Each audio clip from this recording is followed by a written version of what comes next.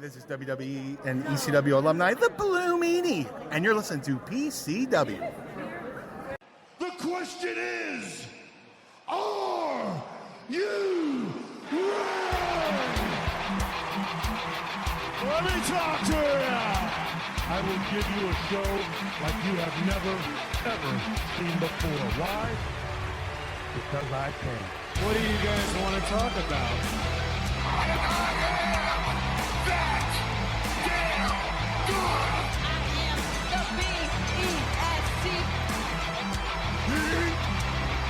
In the color red, in a world full of black and white, I am the eater of worlds. Yeah, if you're some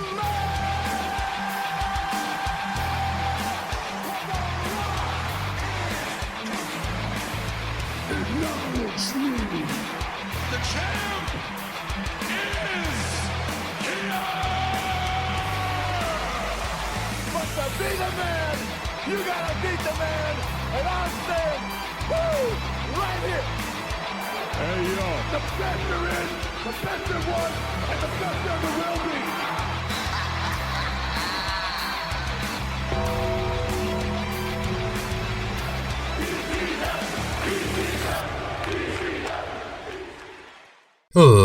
Ladies and gentlemen, boys and girls, children of all ages, welcome back to another episode of PCW Podcast Championship Wrestling. I am your host, Wayne, also known as Semi-Dry Chicken, and we will be reviewing the Backlash.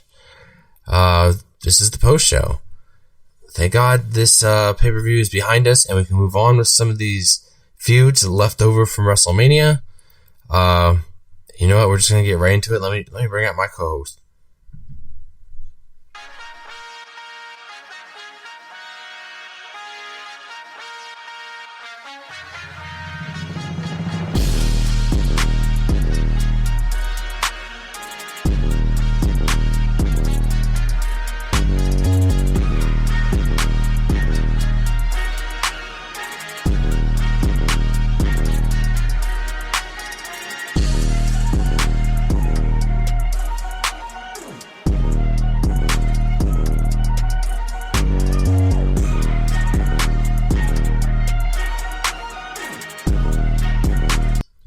Welcome back, Dre. How you doing? Yo, what it do, PCW crew? Well, okay, what do you eat in this episode? Gotta know. I'm actually not eating anything this time around. Oh, man. Damn. Oh, a little different. I thought you would have had some Mexican food at least. No, I had a large lunch, so I'm not really hungry right now. So, And all right. No crunching in the background today. All right, let's bring out a guest. Or, you know, at this point, another co-host.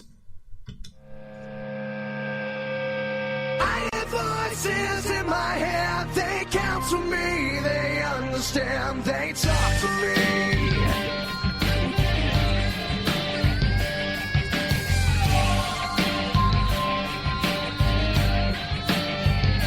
You got jewels in your religion, all designed to keep you safe. But when rules start getting... Welcome back, Tyler. Hello, how is everybody? How is the PCW universe? Pretty Thank you for good, having man. me tonight. Thank you for having me tonight. Of course. I mean, it's not like you got anything else to do, right? Absolutely not. You want to talk about some wrestling? Hell yes, always. What do you guys want to talk about? Well, that's easy, Cody. We want to talk about Backlash. Yeah, this will be interesting. You know, I read I've read a lot online. People were saying this was one of the worst backlashes ever. I don't think it is. I think we've probably had, I can't pinpoint any at the moment, but I'm pretty sure we've had way worse backlashes. So pump the brakes on people saying this could possibly be the worst backlash ever. So I disagree. Dre, have you watched any of the Hulk Hogan documentary yet? I have not. I know there's that one and the Shawn Michaels one on Peacock that I want to watch them. I just have not had the time to get to either one of them yet. Yeah, it's I watched the first episode, so I'm kind of like slow burning with it. Same thing with Unreal. Like I'm still watching WWE Unreal. I'm just making it a slow burn right now, kind of taking it in, enjoying it. But I heard there is another season of Dark Side of the Ring coming out, so that's gonna be interesting. It depends on what stories that they're gonna tell. Yeah, I mean, Dark Side of the Ring is what I feel like. Dark Side of the Ring is kind of fallen off over the years. Like in the beginning, it was really interesting because they were telling stories that people were interested in or doing highlights on people. And you would think something like wrestling, there should be an infinite number of stories that can be told. But the last couple of these seasons have been kind of, I don't know. Yeah, it says, I don't want to say fully mediocre, but they just quite haven't been as compelling as past seasons. Right. Okay, well, it looks like this season they're going to have Paul Orndorff, Big Boss Man, Missy Hyatt, Samoa Joe, and Necro Butcher's hatred for one another, and their Mid-South match from 2005 is a match that people undersold and also called it a bloodbath. So again, they're going to do one match now. They're doing Zach Gowen, if you remember him. He's the one-legged wrestler that got his ass whooped by Brock Lesnar. Funny thing, Tyler, we were just talking about Zach Gowen the other day. Yes. Yes, we were. And there's going to be, I think the Renegade. He's the Ultimate Warrior knockoff, I believe they had. Yeah, yep. They also had that, yeah. Yeah, the main attraction, though, for this season is a 3-part. It's going to be on Double J, Jeff Jarrett, on his career through TNA. So we're going to see a little bit behind the scenes of TNA, it looks like, with having Jeff Jarrett on there with 3 episodes. I've heard of 2-parters, but never a 3-parter. Never a trilogy?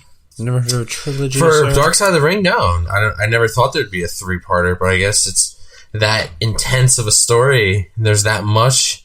It has to be a 3-parter. So, and see that right there.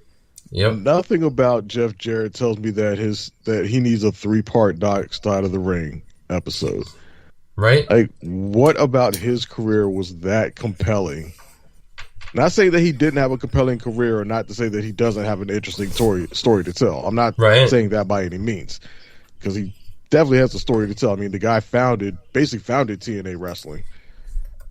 But 3 parts? No. Yeah, it seems a little too much right now. Hey, Benoit only got, 2 parts?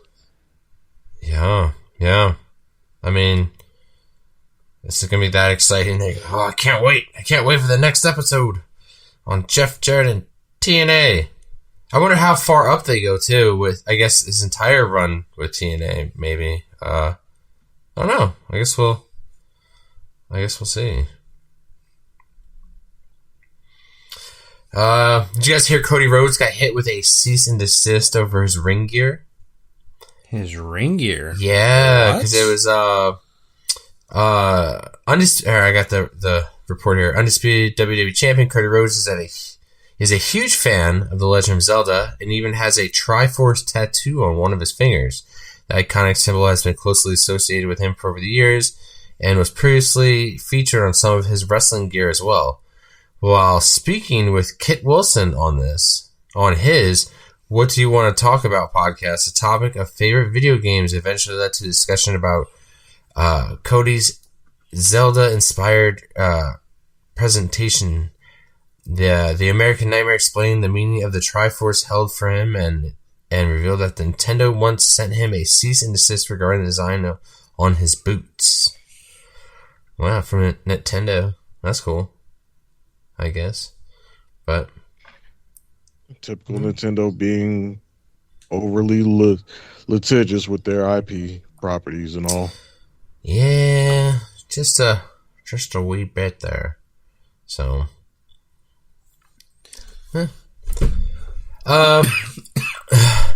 also, Triple H. I read a report on Triple H's stance on running too many ads basically somebody came to Triple H and Stephanie complained about it, saying there's just,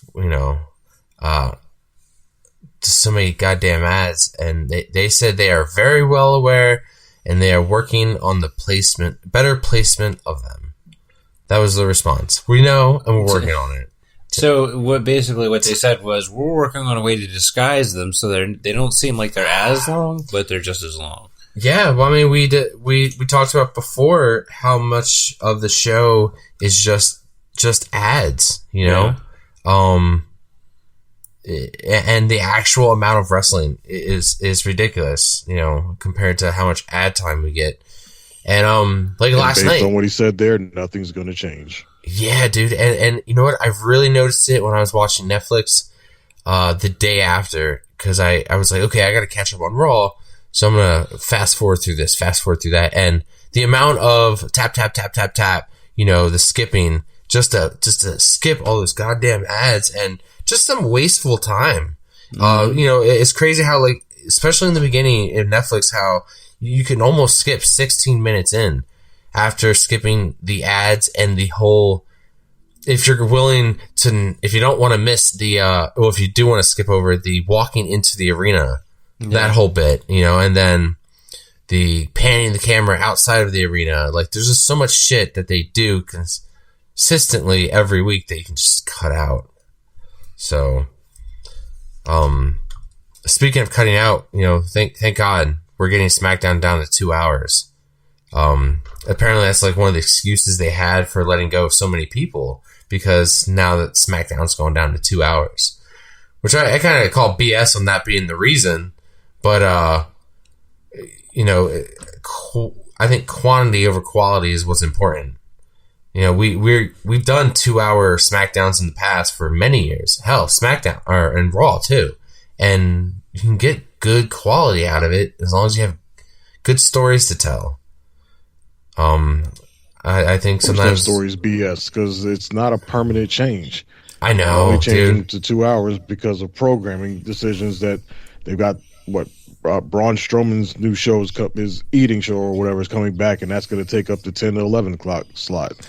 So isn't that funny? Probably later this summer when they get up to SummerSlam time or something like that, or maybe in the fall, it'll go right back to 3 hours. So they'll still have 3 hours that they have to fill with content. So I don't buy for a second either that they released talent because SmackDown was being cut, because the talent that they released wasn't just SmackDown. So yeah, whoever theorized that reason had no idea what they were talking about. Mm-hmm. Yeah, I really don't see a connection between the two. But it's also like when we see all these cuts, we're always quick to jump to a conclusion of like, oh, what could it be? Like what was the reason? Because we look for the very first change in the company. We're like, oh, that's the reason why, because we needed to afford to get these celebrities this next couple PLEs, or I don't know, maybe a certain venue that they chose, or I don't know. I have been noticing that they have cut down on some pyro and stuff. So there's certain ways they're cutting back on money. But there's one thing you can always trust though, is the almighty corporate greed. So unfortunately, ads will forever be there, especially with as much money as TKO has brought in with WWE as a partnership. So expect more ads. I mean, that's all I got. Dre, you want to get into Backlash? All right, so let's go ahead and jump into this PLE, which was, again, Backlash that took place from the Benchmark International Arena in Tampa Bay in front of about 14,600 people.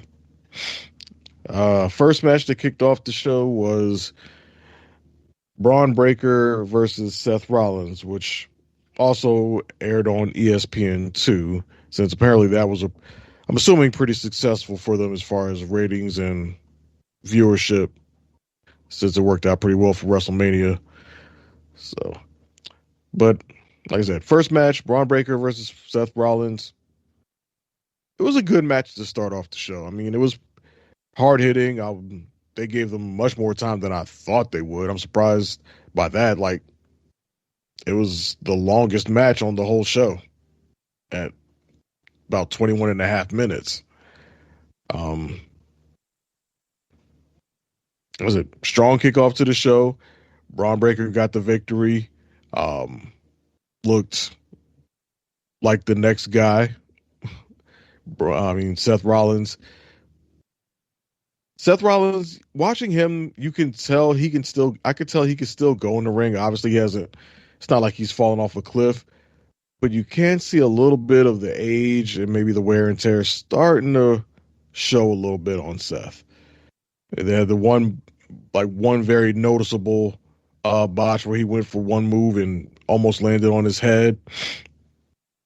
But they recovered from it pretty quickly, but you can kind of tell that things are starting to catch up to Seth a little bit.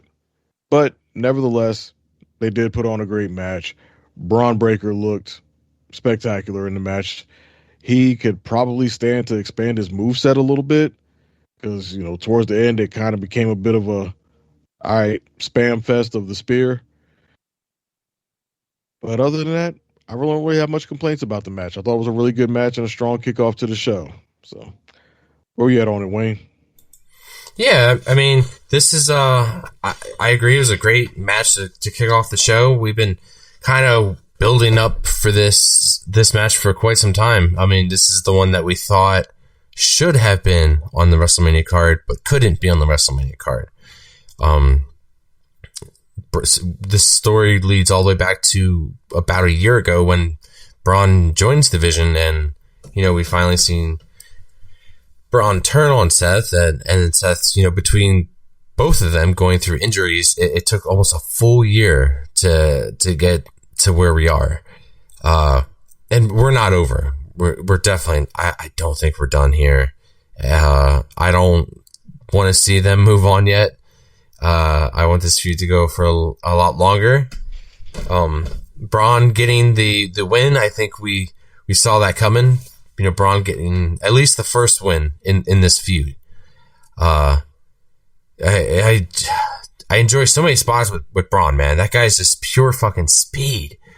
I did, him going for the running around the ring, when he gets all amped up and, he's going to reach that full speed and spear somebody through either a table or barricade, but Seth answers it with a super kick, which I thought was cool. What is that? The superplex that was then reversed by Braun, because Braun, I think Seth was going to turn into like a Falcon Arrow. So that was pretty impressive. I mean, come on. That was probably the best spot in the whole match. Yeah. And I get what you're saying though, Dre, with Seth age maybe starting to show, but it could also be just who you're comparing him to in the ring with. I mean, Braun right now is this young guy who's just, like I said, just pure fucking speed. And when you put him up against Seth, yeah, he does make Seth look old and slow.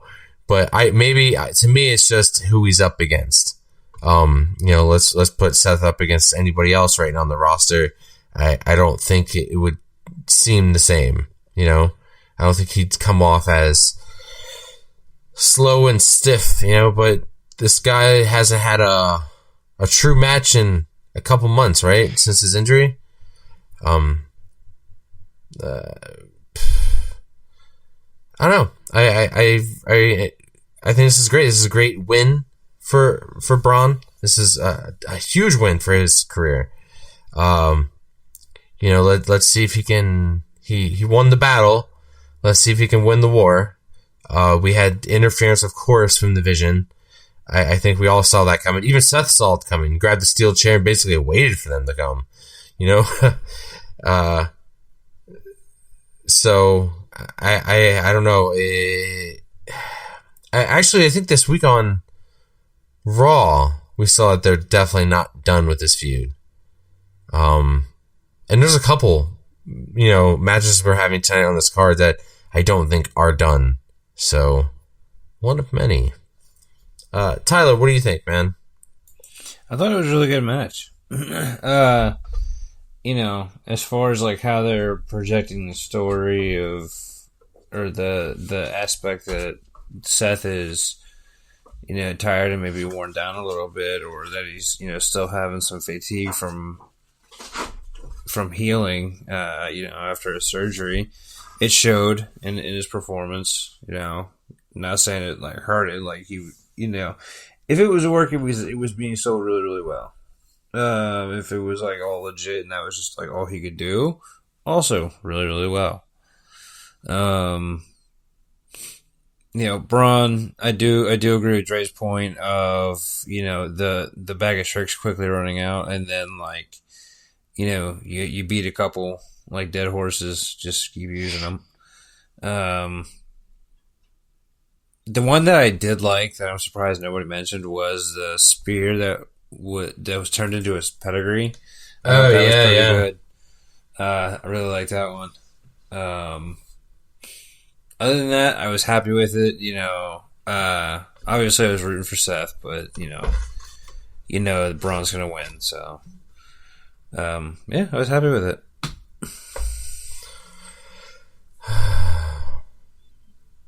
Yeah. Good match. Yes, Good, great way to start the night. Yeah. Now let me be clear though. When I say about Seth Rollins looking a little bit slower and all that than he used to, it's not. I'm not comparing him to Braun Breaker when I make that assessment. As far as I'm concerned, Seth Rollins can work circles around Braun Breaker, and like I mentioned, Braun has a limited move set. He doesn't have anywhere near as many moves in his repertoire as Seth Rollins does. So. Right. I'm not saying Seth has lost a step because Braun Breaker can run fast. It's because he just genuinely looks like a little bit slower in the ring. If I'm comparing Seth to himself, to what Seth used to be. Like, yeah, Seth can pull out great moves, but and as was shown by the counter, the superplex, which was countered into the Falcon Arrow. Like I said, that was probably the best move or the best spot in the whole match. And I'm pretty sure that was Seth Rollins' idea. And that's something that's, Braun Breaker wouldn't be able to pull that move out on his own. I don't think that he would think of something like that on his own. I mean, that speaks to Seth's, experience and his longevity in time in the ring. But other than that, even the spot that you brought up, Tyler, the spear that was countered into the pedigree, it was a cool spot. But if you really look at it, it didn't look like he really got all of it. Like if he was countered it into the pedigree, but he didn't even catch Braun Breaker's arms and like hook him for it the way a pedigree would normally look. So it kind of, the reason why I didn't bring it up is because from my perspective, it looked a little bit off. It was a good spot. It just wasn't executed as crisply as it could. Right. Other spot that did look good to me was the when Seth went for the stomp or whatever off the second rope, and Braun countered it into a spear. To me, that should have been the one that ended the match, but obviously it wasn't. But that was a great spot there. Yeah. But like I said, just overall, Seth just looks a little bit slower and just little signs of just the wear of the ring starting to show. Yeah. Man can still work a phenomenal match, but you can see that he's kind of getting on the other side of the hill. Yeah, it's going to be a sad day when he goes. Retire, you mean? Yeah, that. Jesus Christ, this fucking guy. So sorry. How inconsiderate of me to speak such words. Well, like, dude, like, I mentioned this not too long ago, but actually, Tyler, you and me were probably talking about this off air at some point. Yeah. We lost so many wrestlers within the last 2 years, just to retirement alone. And now with this new TKO deal or offer with this 50% off sale, the wrestlers who aren't taking it, who aren't willing to restructure their contracts, it looks like that could be a good reason to accelerate somebody's retirement. You know, like possibly that could have been what happened with Brock Lesnar. We'll talk about Asuka then. But who knows? Maybe that is the reason why some of these wrestlers are like, you know what? I'm done. Like, I can retire. So, but yeah, the next wave, I think after the wave of, we already have Cena and AJ Styles gone, and I think the next wave would be like Orton, finally R-Truth. Maybe you can put The Miz up there. There's a couple guys who are up there, CM Punk, who are the next guys out. But Roman and Seth, they ain't that far away. They're not that far away from closing. We definitely got another contract signing or two, but as for like the clock ticking, it's never ending, man. These guys to still compete. It's coming. It's coming, and that's gonna be a sad day when I guess see Seth Rollins hang up the boots, or Roman Reigns hang up the vest. Or CM Punk. Or Punk. Dude, don't even get me started on me. Sad, man. When Punk has to hang it up, and that's not too far away either. You know what? As much as they're like, and that's how somebody's like really affected you, when you can hate them as much as you do or love them as much as you do when they go through their roller coaster, their set of tricks, heel, face, all that. Yeah, they're gonna be sad. That's for sure. There's gonna be some tearjerkers in there. Yeah. What the hell are you gonna do, man? It's. Life. I really think it's. It has a lot to do with TKO. Is the reason why a lot of these guys are wrapping up their careers pretty soon. Excuse me. Oh, okay. You all right over there? Yeah. Yep.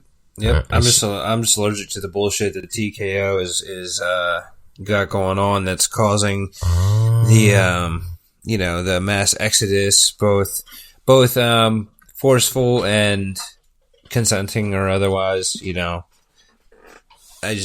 It's not good business. It's not good entertainment. Because things that used to not be seen behind the scenes, can now be seen, and it just doesn't look good. But that's all I have to say. What's up, Dre? All right, so next match. Yeah. We had Trick Williams once again.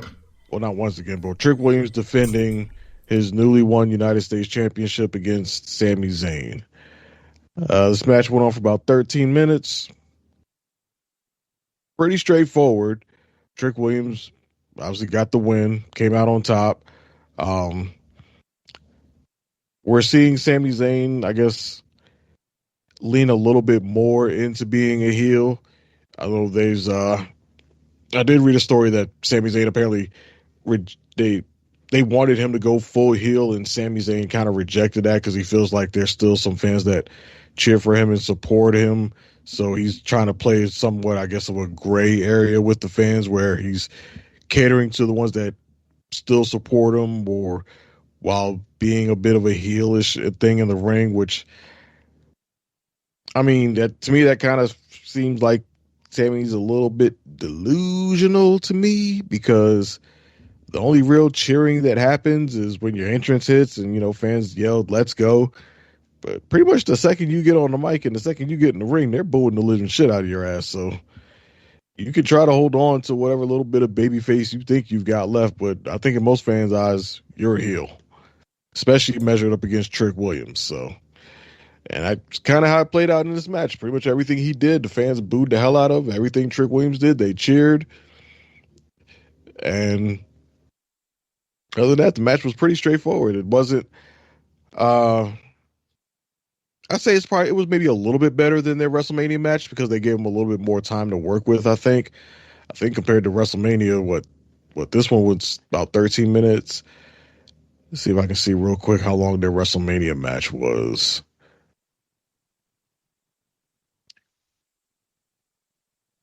Their WrestleMania match went on for, Jesus, damn near twice as long. The WrestleMania match was just over 7 minutes. Whereas this one was 13 minutes. So, yeah, much more time for them to work with, which, in my opinion, led to an overall better match. They were able to tell much more of a story. Even got a little bit of action from Lil Yachty in the match, where Sami Zayn giving him a haluva kick outside the ring to the back of the head and all that. So, more time, better match. Who'da thunk? Yeah. Yeah, it was a better quality match for sure. Unfortunately, I don't think we're done with this feud. We God damn it, we had a funeral for a gingerbread man the other day. That was before the match, though. What was it? Actually, yeah, that was on the go home. Oh yeah, that was on the go home. I think we actually are done with this feud now. Okay, I hope so, man. Like I like Trick, and I want him to just get fucking past the goofiness of this fucking gingerbread man shit. I mean, yeah, dude, we had a funeral the other day. The song was a little catchy, but still, I don't know what they're gonna do with Sammy. Now that he can't get the United States title, the fans are booing him. He just can't get over with the fans right now. So he's gonna be heel Sammy, but like, what version of heel Sammy are we gonna get? We gonna get like conspiracy theory Sammy? Like, yeah, I don't know what we're getting. And it's funny to think at one point, Sammy's height, being like super over with the fans. He's like right around the time he left, the Bloodline. I think he was like super over. And now it's like when his music comes out, or when he comes out and the music hits, it's like, you're right, Dre, that one part in his theme song is where everybody sings along, and then that's it. That's it. And then he's getting booed. Not like Logan Paul or Dominic Mysterio Heat. Just go away. We're bored of you, Sammy Heat. But I hope Trick Williams also brings back the United States Open Challenge.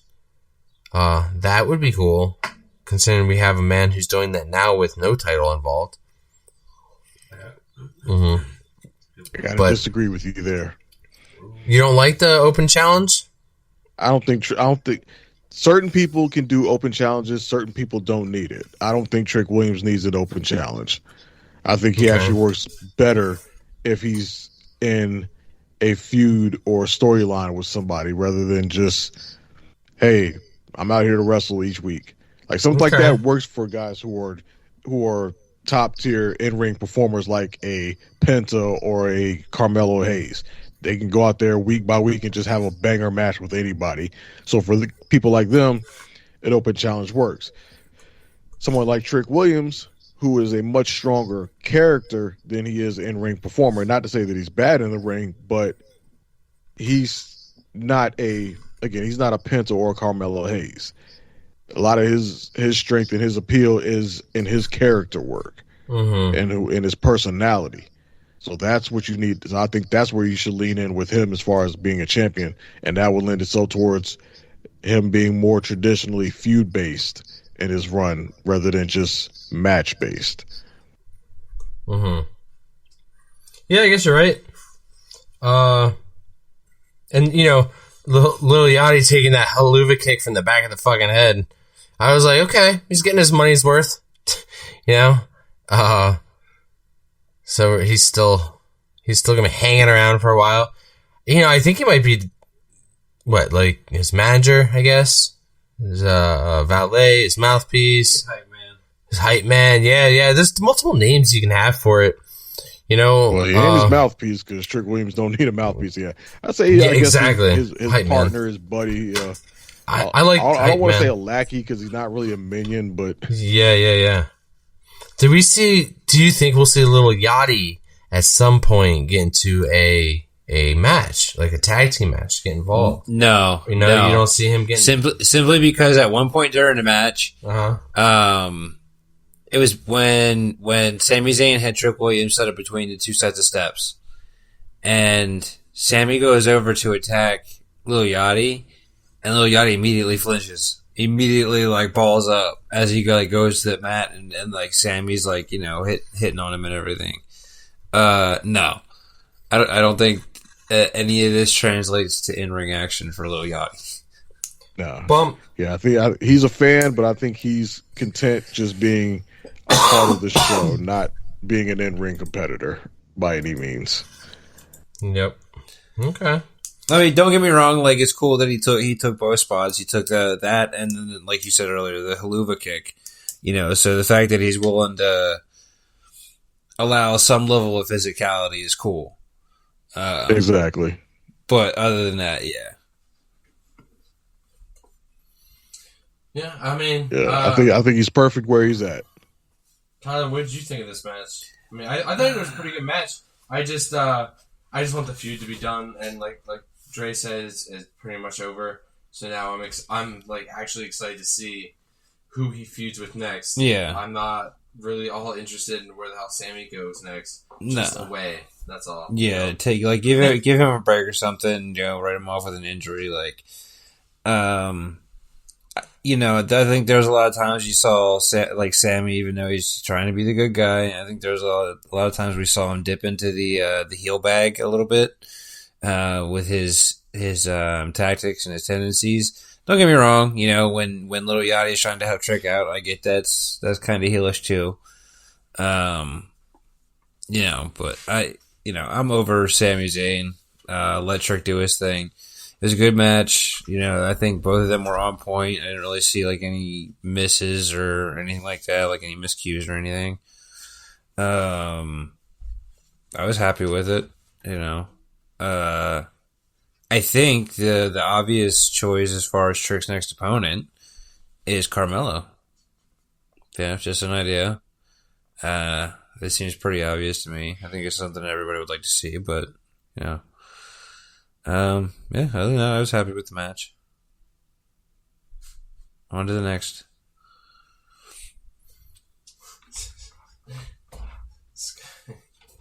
Yep. So we're done with that one. Move on to the next match, which was a tag team match featuring The Miz and Kit Wilson versus Danhausen and a mystery opponent. Mystery opponent who turned out to be Minihausen, miniature Danhausen, played by miniature Mexican luchador wrestler El Torito. Is he the same one who played the little bull that we used to have running around? No, maybe I'm thinking of another small luchador. Yeah. Oh, it is? Oh, yeah. Oh, okay. Yeah, he's definitely had a history.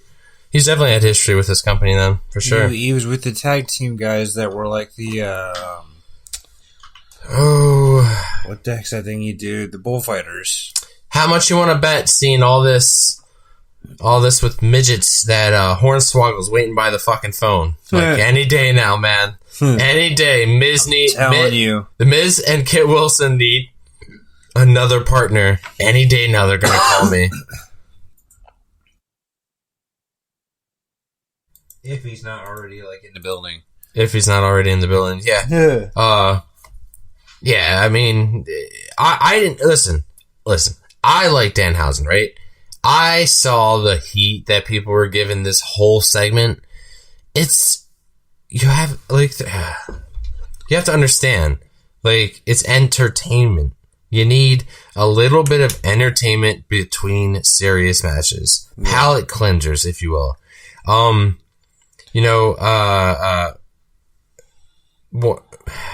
of the guys I read a Twitter post that said, "Let us never forget that wrestling as we know it was born from the circus. This is something I hate from so-called purists. Pro wrestling is designed to be a three-ring circus that has incredible athletes, but also comedians and stuntmen and showmen and dancers and clowns." So,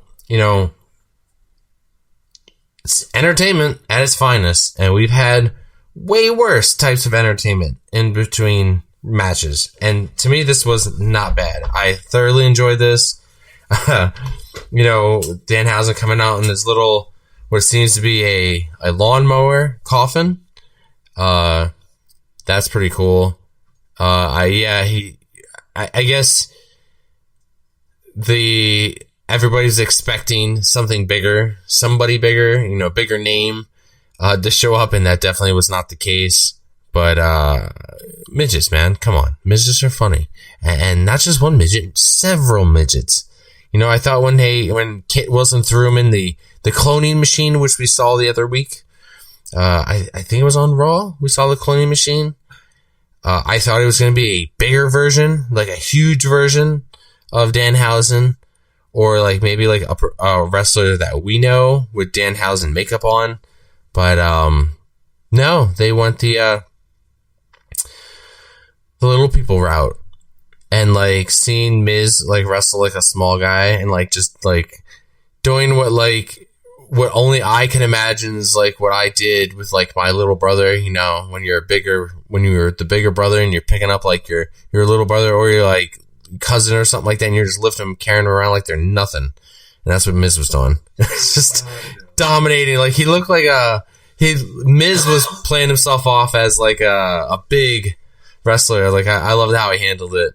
But no, dude, anything Danhausen wise, I enjoy. You can't go wrong with Danhausen. The curse spot where Kit Wilson takes out the fucking mirror and uses the curse against him. Dude, clever as shit. Genius. It's fucking genius. But go ahead, Tyler. Let's get your input on this. Entertaining. Like you said, that's the purposes are. It was supposed to serve, and that's what it was. It was good. I don't know. I was kind of disappointed too by this is gonna sound bad if I say it. Shit. I appreciate all luchadors, big and small. I just wasn't expecting a small luchador. I was more along the lines of like somebody huge or somebody that we wouldn't expect or that not even they expected to be there, however his quote unquote magic works. But it was a good match. Kit sold a couple spots really well with the luchador Minihausen. And it was just really good match. I was happy with it. Yeah, I mean, the match was entertaining, yes. And good choice for them to use an actual Mexican luchador so who could go out there and actually perform as opposed to some random, stunt person that could just be tossed around. So credit to them for that. Again, like you said, the mirror spot was funny, reversing the curse. Also, them throwing, Minihausen going into the cloning chamber, then it turning back on, and then a bunch of Minihausens coming out of it. Thought that was funny as well. It was a fun, entertaining match. I just don't know that it needed to be on this PLE. I mean, I think for a lot of people, it would be much more tolerable if we were still in the age of 7-8 match PLEs like we used to have. Right. And then, you can throw this in there as an entertainment break or whatever, and it's okay. But in this day and age where we're only getting 4 to 5 matches per PLE, over half the show is commercials and ads and other bullshit. So actual wrestling, actual matches are at a real premium right now. And when you use one of those few spots, and there's a never-ending list of people complaints about, so-and-so not getting a match, this person not getting matched, this title not being defended, that title not being defended on PLEs, this, that, and the third. In this day and age where these spots are at such a premium, I don't know that a match like this needed to happen on a PLE. This could have happened on Smackdown. You got a whole 3 hours of Smackdown to fill in. Right. This could have happened on SmackDown and been just fine, especially on the Go Home show. I think this would have been better on the Go Home SmackDown as a nice entertainment way to fill in those 3 hours with something fun and entertaining and save, the actual, I don't want to say real matches because that sounds disparaging to these, but for lack of a better term, the real matches, save those for the actual PLE. Right. Well, I mean, he got paid $400, right? I mean, that was the end. $400 human dollars, or I don't know what that is in pesos, but it's. And did he have to share it, or did he have to split it with the other midgets? He had to give it to the coyote to get him back into Mexico. Dude, good. Mm-hmm. Yeah, give me more Danhausen. Yeah, that's all I got for that.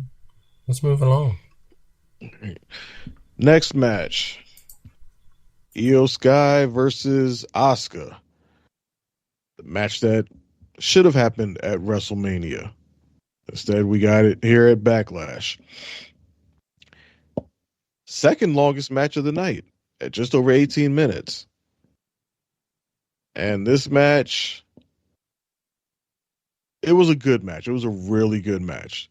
I don't want to pretend for a moment like the match wasn't great.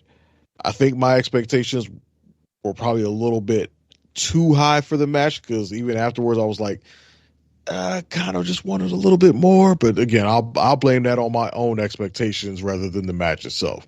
What we actually got in the match was excellent. It was a very high quality match. Lots of ring psychology, excellent moves. At the moment where Asuka went for the mist and Io blocked it with Wade Barrett's notepad, thought that was, a brilliant spot. Ultimately, Io Sky came out on top. And then what got everybody talking was what happened afterwards, where, Io and Asuka embraced in the ring. Asuka appeared to be very emotional after the match. And as she exited the ring, she kind of waved to the fans and was waving to them as she walked up the ramp. Come to find out, Monday, we get the backstage segment between Io and Asuka, where they again reconcile, hug, show love to each other, and Asuka basically says goodbye and walks out the door with her gear. Now, the word is that she has not officially retired. It's that she's somewhere between, depending on what report or whatever you read, she's either on hiatus or semi-retired, basically going back to Japan to take care of some personal matters. Somewhere in that realm of speculation. We don't know definitively what it is. All we know is that Asuka is gone for now, and we have no idea when or if she will return. But more than likely, it will not be anytime soon at all. So that's where things stand at this point. The match itself, again, if this was the last match we get from Asuka, at least for a good while, she went out with a banger. Yeah, definitely a highlight. I think maybe one of the best matches of the night, to be honest. These two haven't gone one-on-one for almost 3 years. It was very well balanced, especially with their counters and the holds. I totally digged the and I think I called it too, like that she was going to be able to block Asuka's mist. She learned her lesson after getting spit in the face multiple times. Spit in my face once, you call me a fool, and then spit in my face 3 more times, or whatever the saying is. Poor Wade Barrett gets his briefcase back, or his whatever it was. Oh, come on, man. Like, Jesus. It's got all this blue stuff on it. Yeah, I enjoyed the match, man. I don't think Asuka's gone for good. Like you said, she's gone to Japan, take care of some stuff. Some personal stuff. They still really announce it, but if it's personal, we're not gonna really get our answer. But Asuka's in her 40s. It is on the realm of possibility of her wrapping up her career entirely. So I don't think that's not possible. Yeah, I mean, at least she was able to get some time off and not let go. I just don't understand why we couldn't conclude this whole storyline with Kyrie, why she needed to be let go before this could have been concluded. But as I was watching the match, what do you think anything would have been different with Kyrie involved? Or were we better off with her not involved in this match? Who knows? I mean, she's gone, so I guess we can never tell. But, bell to bell, man. Banger. Tyler, what are you agreeing? You disagreeing? Did you hate this match? What's up? I was absolutely livid the entire time. I wanted to throw up. Son of a bitch, I know. Several times. It was just terrible. Absolutely terrible. No, quite the opposite of everything. I thought it was a great match. I don't know that I put it up there with like match of the year, but it was, like you said, from bell to bell, a great match. I think it really put a nice bow on this story. Obviously there are things ahead for Io. Whatever lies ahead for Asuka, who knows? I mean, there's so much opportunity, but I did have my little rant earlier, so that's all I'll say. Yeah, I was happy with it. I think it was cool when the Io, when she goes for that awesome moonsault. I saw it didn't really work out too well when Asuka tried to get her into that the armbar locker. I guess it would just. I mean, she eventually got it in, but yeah, the time was just a little off. Yeah. Yeah, it was really cool, man. Really good match. But go ahead, Dre, take it away. All right. Well, moving on from that to the final match of the night. Main event, Roman Reigns defending the World Heavyweight Championship against Jacob Fatu. Match that went on for just under 18 minutes. And match definitely delivered. I mean, it was a banger of a match. Roman made Jacob Fatu look like $1 million in that ring. Seemed like everything Roman threw at Jacob Fatu, he just ate it and kept on coming. It took everything that Roman had to get the win and remain champion. I think the match served everybody well. Roman has another great match. Probably, if you think about the length of this World Heavyweight Championship and all the people that have held the belt and all the matches that have been held defending in defense of this title, I'm not going to say that this is the best world title match, championship match that this belt has had in its history, but it's probably up there. I think this match is probably maybe in the top 5, maybe top 3. Only ones I can think of off the top of my head that might have been better than this one was the last man standing match between Seth Rollins and I can't remember who his opponent was. Was it Seth Rollins and Drew McIntyre, perhaps? That was it Punk? I don't think it was Punk. This was earlier on in the title's history. Only reason why I remember it being a last man standing match is because that this was when Damian Priest was still had Mr. Money in the Bank. And I remember the match because I remember I wanted Damian Priest to cash in at the end of the match. I don't know. Blanking on it right now, but that's probably that one match I think is probably the best world title match this belt has had. But again, this one was up there. This was a strong match, an absolute banger. Jacob Fatu looked like $1 million. Don't really know much more to say about this match because obviously this feud is still continuing because Jacob Fatu did not acknowledge Roman on Monday. In fact, he whooped up on Jimmy, whooped up on Jay, whooped up on Roman, put the tongue and death grip back on him, put all 3 of them through the barricade, and looks like we'll probably be running this match back at, I don't know Clash in Italy, maybe, or Saturday Night Main Event, or Yeah. next PLE. Next PLE is Italy, right? At the end of this month. No, it's Saturday Night Main Event. Saturday Night Main Event is like next Saturday, but right after that is another PLE. Yeah. Wait, hold on, let me see. That's ridiculous, right? Like how close these PLEs are together. Because yeah. The Saturday Night Main Event that, let's be real, most people probably didn't even know was happening before Monday. No, because I didn't even know. I only I found out recently. Is the next PLE. Yeah, and that's at the end of this month. Okay. So Backlash just happened this past weekend. Yeah. Next weekend is Saturday Night Main Event, and then at the end of this month is Clash in Italy. Yeah. Okay. Wow. Fucking make it make sense.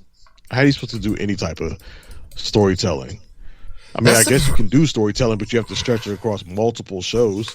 Yeah, that's why it seems like a lot of these like this, right, kind of not mean much because it's just a page in a story. So it kind of takes away from this match. As good as the match was, it kind of makes it relatively inconsequential. Yeah. I mean, this is what happens when you try to rush storylines. Granted, keep out Asuka and Io and Seth and Braun. Those are special cases where they have been built over a long period of time. But yeah, just these back to back to back to back to back. Like PLEs, just give me a fucking break. As a fan, give me a break. Give the wrestlers a fucking break. It's intense, man. It's intense.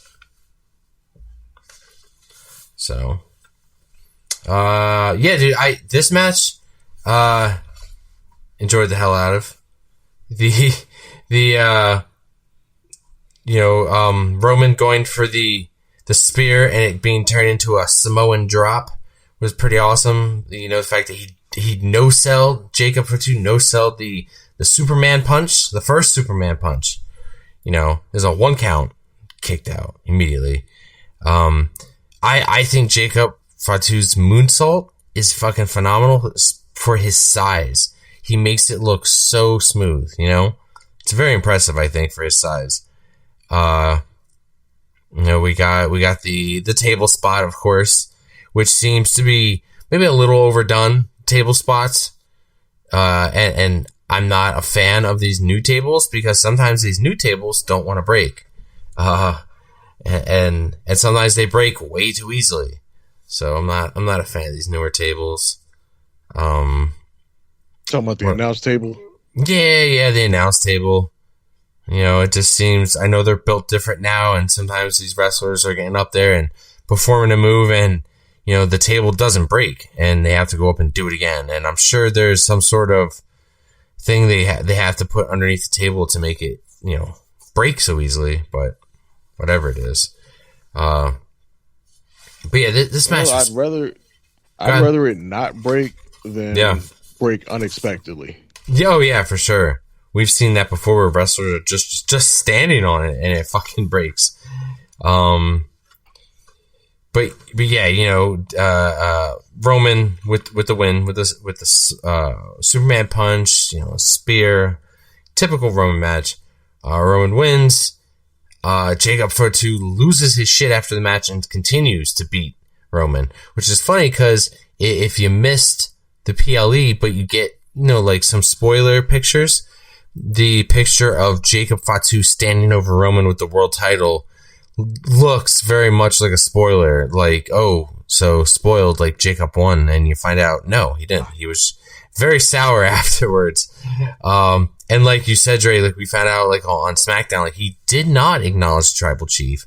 I said as soon as Jacob came out there, it's okay, you have 50-50 chance of either joining the bloodline, that's where your character goes. Now it's you, the Usos, and Roman. I mean, that's a hell of a bloodline right there. But, or you go the other route where you do not acknowledge Roman. This feud continues. You continue to give resistance to Roman, But so okay, that's the route we're gonna go. I'm content. You know, we can still do more at this. I know sometimes it seems like Roman and Jacob don't have chemistry together, but I think we're getting something here. Cause I don't know. I don't think they're gonna give the win to Jacob anytime soon. As much as I want him to be a main event guy, I just don't think so. And dude, SmackDown, fucking Jacob Fatu took out both Usos and Roman all by himself. No problem. No help. You know? On Raw. Yeah, it was on Raw. And then, you know, I do like how he says, you know, who called me? Who brought me here? You know, who answered the phone? Solo brought me here. You know, but then Roman was saying the other week that, you know, like, I brought him in, I could take him out. It's like, wait a second. I thought Solo brought him in. I was like, I'm a little confused here. But maybe they got their facts not so straight. Tyler, for a main event, how'd you take this? I thought it was really good. As pointed out, Jacob's no sells on quite a few of Roman's attempts to, you know, subdue him were brilliant. Excuse me. It was a pretty physical match. A lot of ground and pound. Like not a lot of, like, you know, from the corner row, you know, stuff like that. I think at one point though, Roman went into his bag and pulled out the drive-by. That was pretty cool to see again, because I feel like we haven't seen that in a while. But yeah, it was a good match, and obviously, you know, as pointed out again, obviously it's gonna be something that keeps going on, as you know, evident by the way it ended. I'm happy with it. As Mr. Wayne pointed out, we got to watch it grow into something, you know, and as to whether or not Jacob would ever have a title run, I don't know either. But I was pleased with it. I was happy with it. Yeah, I think there is space for a Jacob Fatu title run at some point. I just don't know that it's right now. Because I think the only problem with doing it right now is SummerSlam. If the plan for SummerSlam, obviously there's, you know, no guarantee that this is going to happen, or no proof or anything that this is going to happen, but if SummerSlam is going to have Obafemi challenging for the world title, what's the bigger match? Oba versus Roman Reigns, or Oba versus Jacob Fatu? Obviously, it's Oba challenging Roman for the title is the bigger match. Oba versus Jacob Fatu could be interesting, you know, if somehow Jacob Fatu, say he defeats Roman at Clash in Italy, becomes world champion, and then just becomes this absolute terror all summer, where he's just, you know, showing no respect, no regard for Adam Pearce, doing whatever he wants, kicking ass and taking names, defeating one. I don't know who would challenge Jacob between now and then, because obviously he can't just be champion and then have no title defenses between Italy and SummerSlam. So does Roman challenge Jacob again and then lose, giving Jacob 2 out of 3 wins over Roman or something like that? I mean, one, that could kind of start to get boring if, you know, you run that back too many times. So I think that's where the problem lies with Jacob as the champion. Is it might be a cool moment when it happens, but then what? You know, who are his challengers? Who challenges him? You can figure out what the end game would be, but what's the filling? What's the meat in between the 2 slices of bread? That's the harder part to figure out. And I think that's what goes against Jacob Fatu title run at this point. Whereas Roman, obviously, he's the champ. He defends. If you need to buy time, everybody's used to him being part-time, so he steps away for a moment. Although he has said he's going to be a full-time champion, and so far he's lived up to that. Worked every Raw so far. People thought he might not be working June, but apparently that's changed, and he will be working through June. So, you can figure that part out. I don't know how you figure out a Jacob Fatu title run after him becoming champion, and what to do between him being champion and presumably losing the title to an Obafemi, possibly. That's the only problem with it. The Obafemi problem. Oh boy. Yeah. This week we had Obafemi. Nobody wanted to come out, so he went in the back and grabbed Humberto and Angel Garza and dragged their asses out. Like that's what we got to. That's the problem, man. Like nobody wants to fight you. Here's the thing: is like you don't have a title. If you have a title, it's something worth fighting for. I understand beating Obafemi would be like amazing bragging rights, right? You go to the open challenge and you're the first guy to pin him on the main roster. But other than that, like no, unless like I said, if this man had a title, like let's say the United States title, and he included the open challenge again, that would be interesting.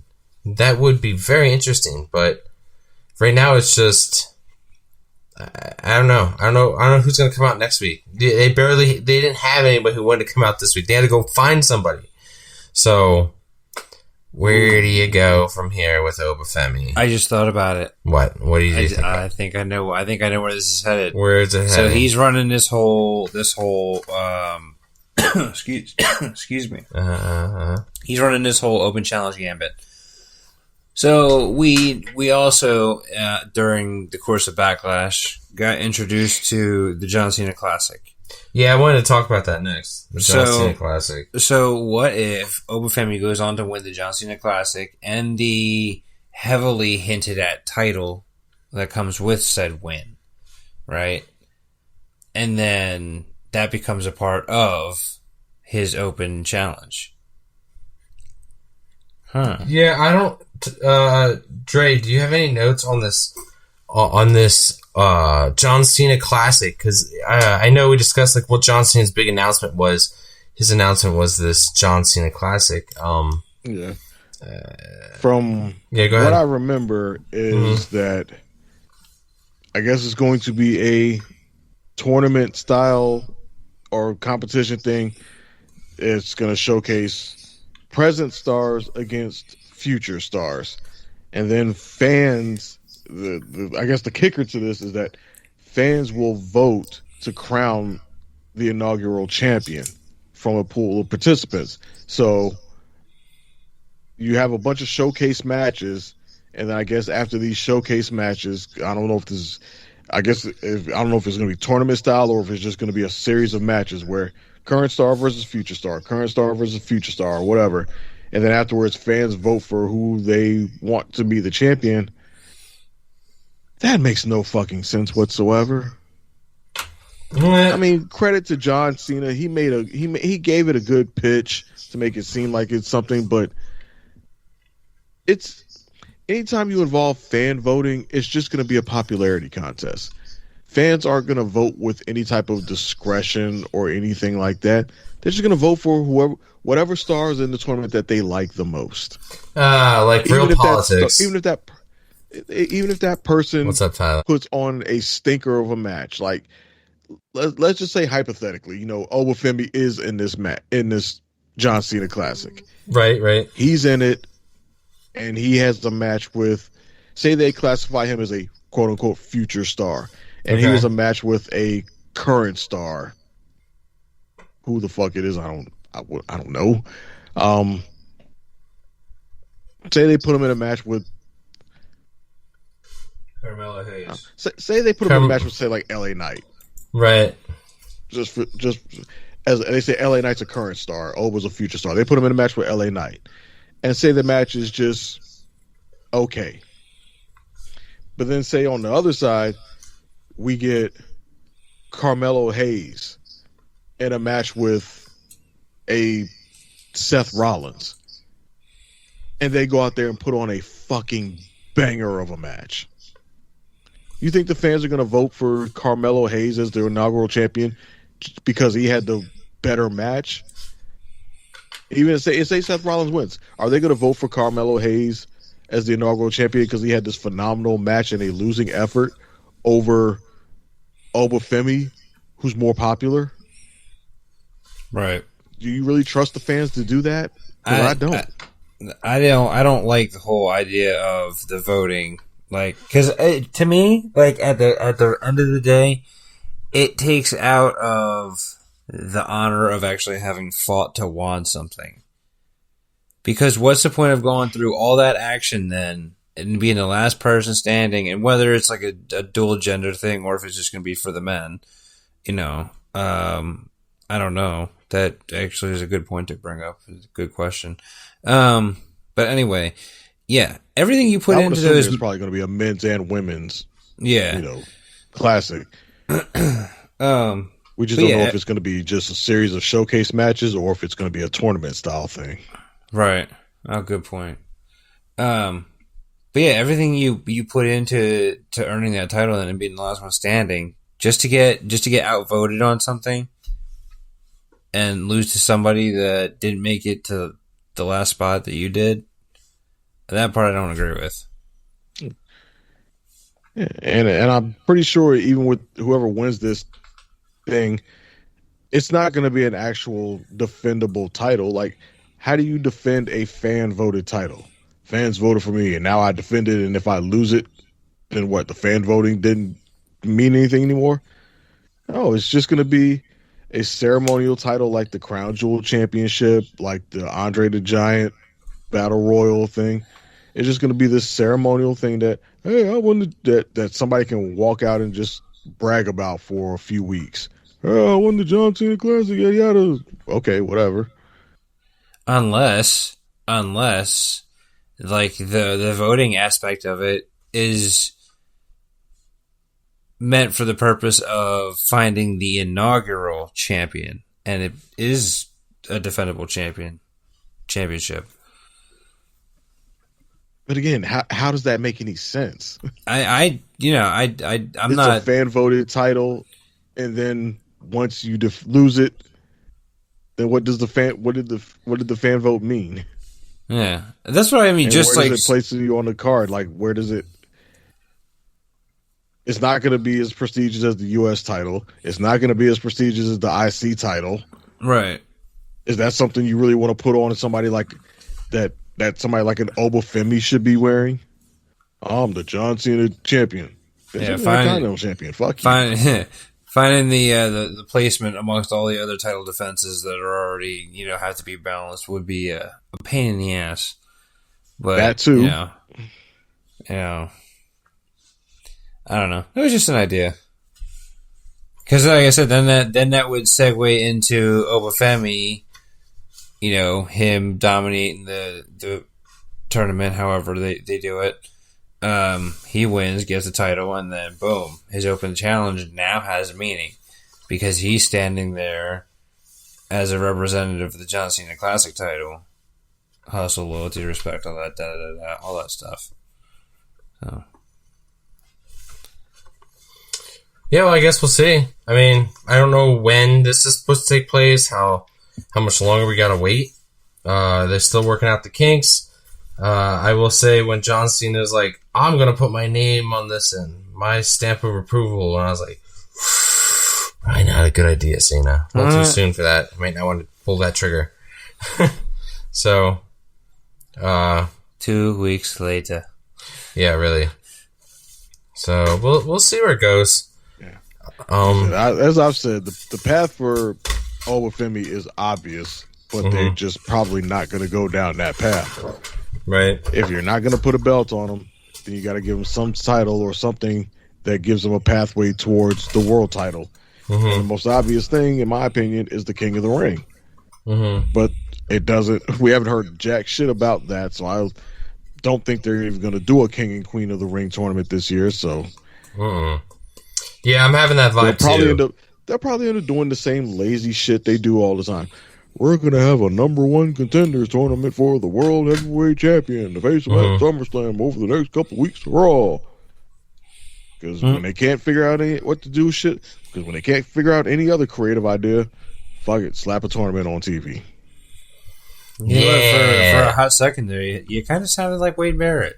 I kind of heard a resemblance. I'm afraid I've got some bad news. See, less like Wade Barrett now. Yeah. Dre was on point with it. You just fucked it up. That's right. All right, let's play. Unless they do King and Queen of the Ring on Raw and SmackDown. Yeah. If they're not going to do it on PLE, they could do it over the few weeks on Raw and SmackDown. Mm-hmm.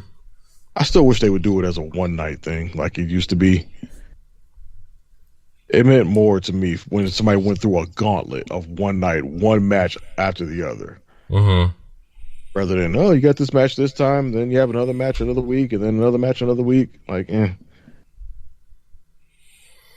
That's just my 2 cents. Like, you got Netflix, so you got flexibility with time. Give us a good 3-hour Raw where you do King and Queen of the Ring. Just matches for the night. Mm-hmm. Couple filler matches here and there. Fuck no.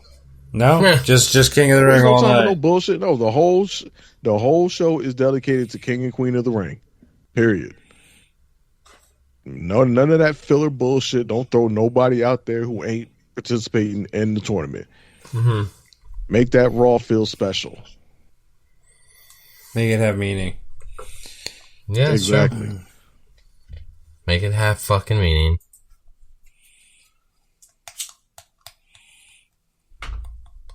Alright, let's play Guess That Wrestler. I'm going to give you a list of titles that this wrestler has held, and you are going to guess who it is.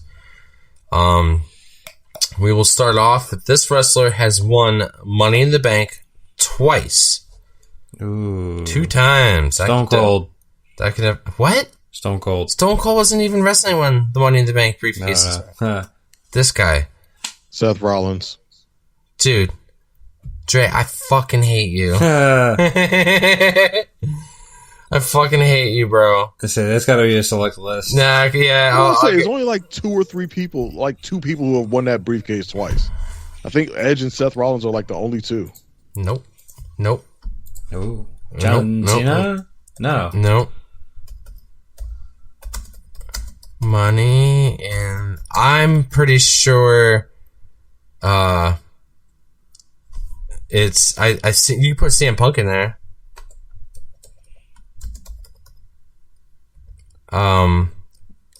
And The Miz?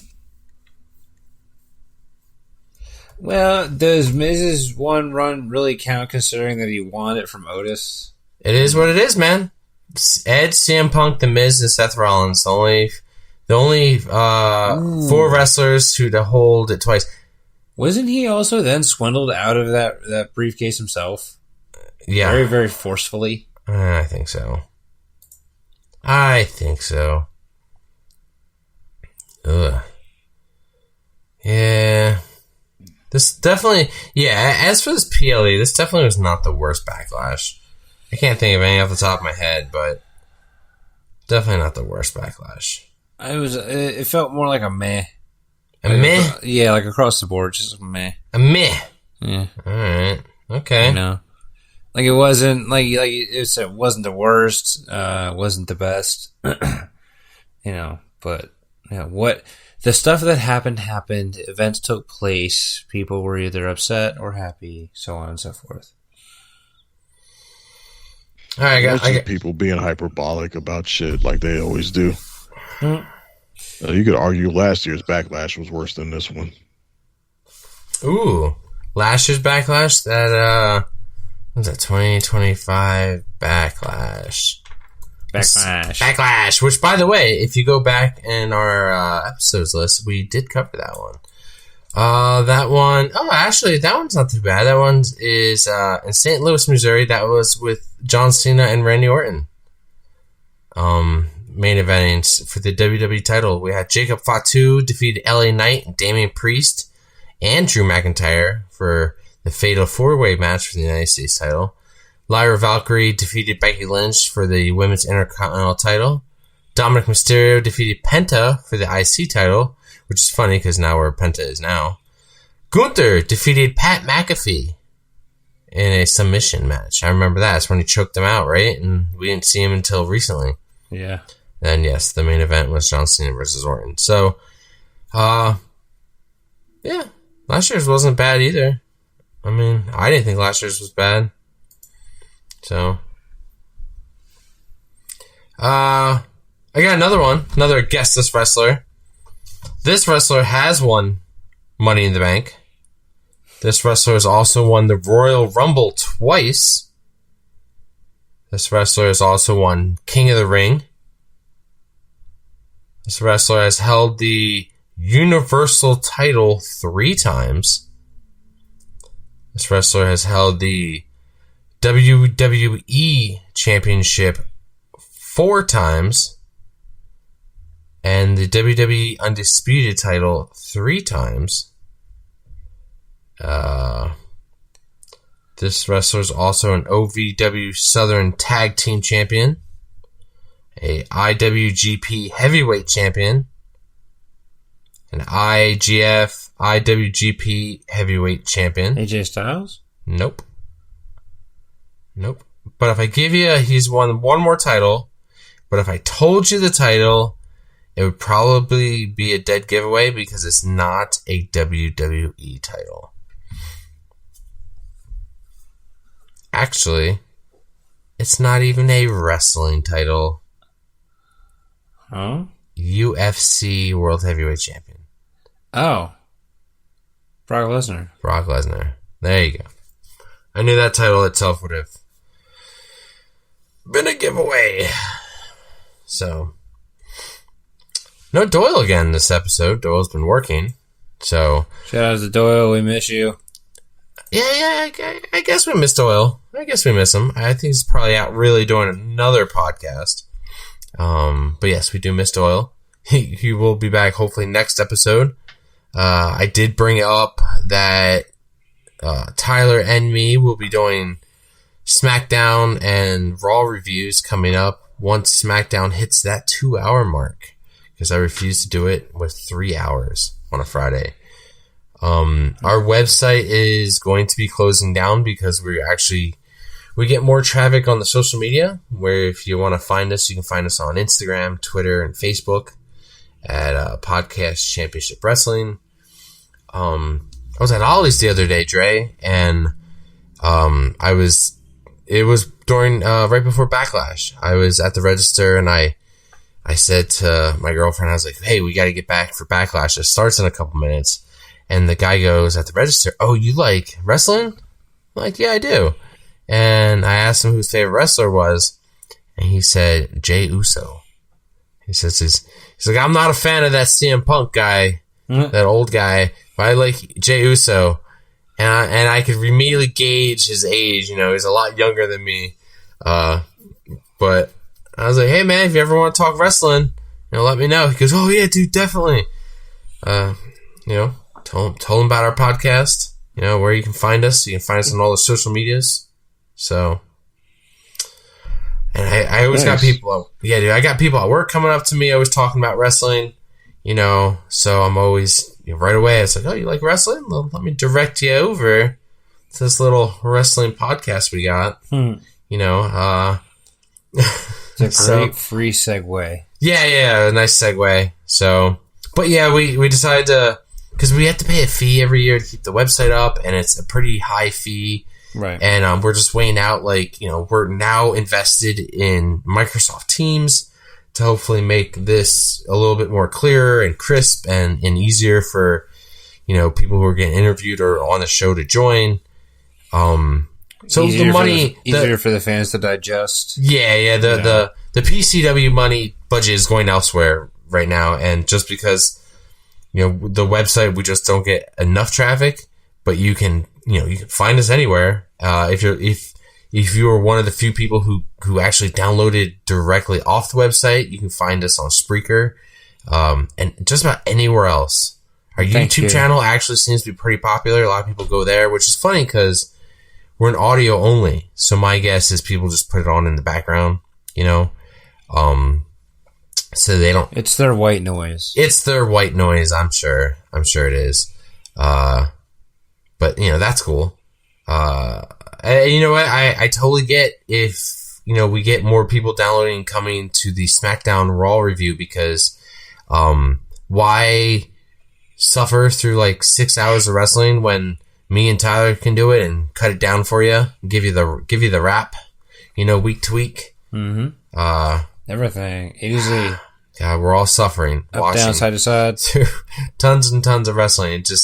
It's never ending. And like, if I miss an episode of Raw or SmackDown, I'd have a fear of FOMO. And it's like, oh my God, it's like, I have to see what happens. I need to know, or I'll be completely lost. You know? So, Dre, you wanna plug anything before we head out of here? Instagram.com/Peace Podcast Championship Wrestling, as always. All right, awesome. Tyler, thanks for coming again. Thank you for having me. Always. It's an awesome time every time. I don't think there's been one bad experience yet, so. We'll get there. But you got anything you want to plug, Tyler? All right, that's it for tonight. Thanks a lot. No. That was it. That's it. Go ahead. That's it. That's it? Yep, all right. that's it. All right, you know what? Okay. All right, well, let's get the hell out of here, guys. Later.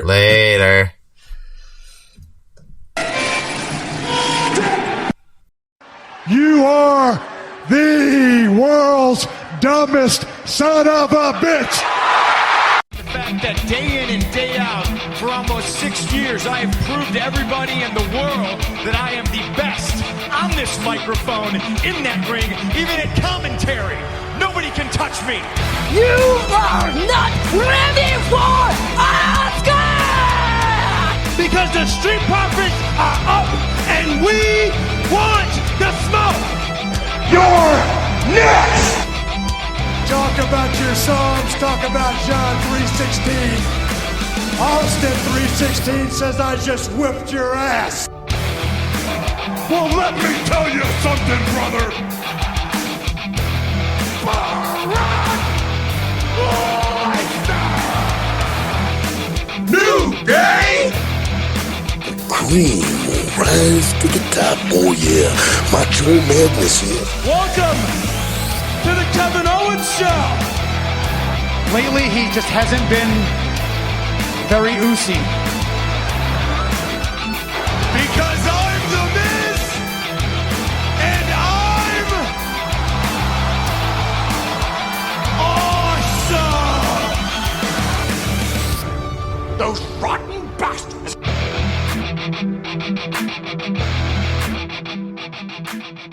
Bye-bye, bitch.